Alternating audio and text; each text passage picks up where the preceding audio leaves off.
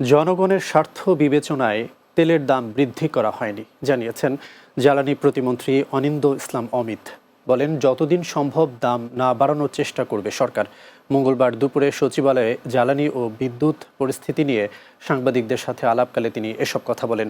প্রতিমন্ত্রী জানান, মধ্যপ্রাচ্যে যুদ্ধে যে সংকট তা এককভাবে মোকাবেলা করা সম্ভব না। তবে বর্তমানে বাংলাদেশে জ্বালানি ও বিদ্যুতের সংকট নেই। গত সপ্তাহে স্বাভাবিক চাহিদার চেয়েও ২-৩ গুণ সরবরাহ করেও মানুষের উদ্বেগ ও উৎকণ্ঠা কমেনি।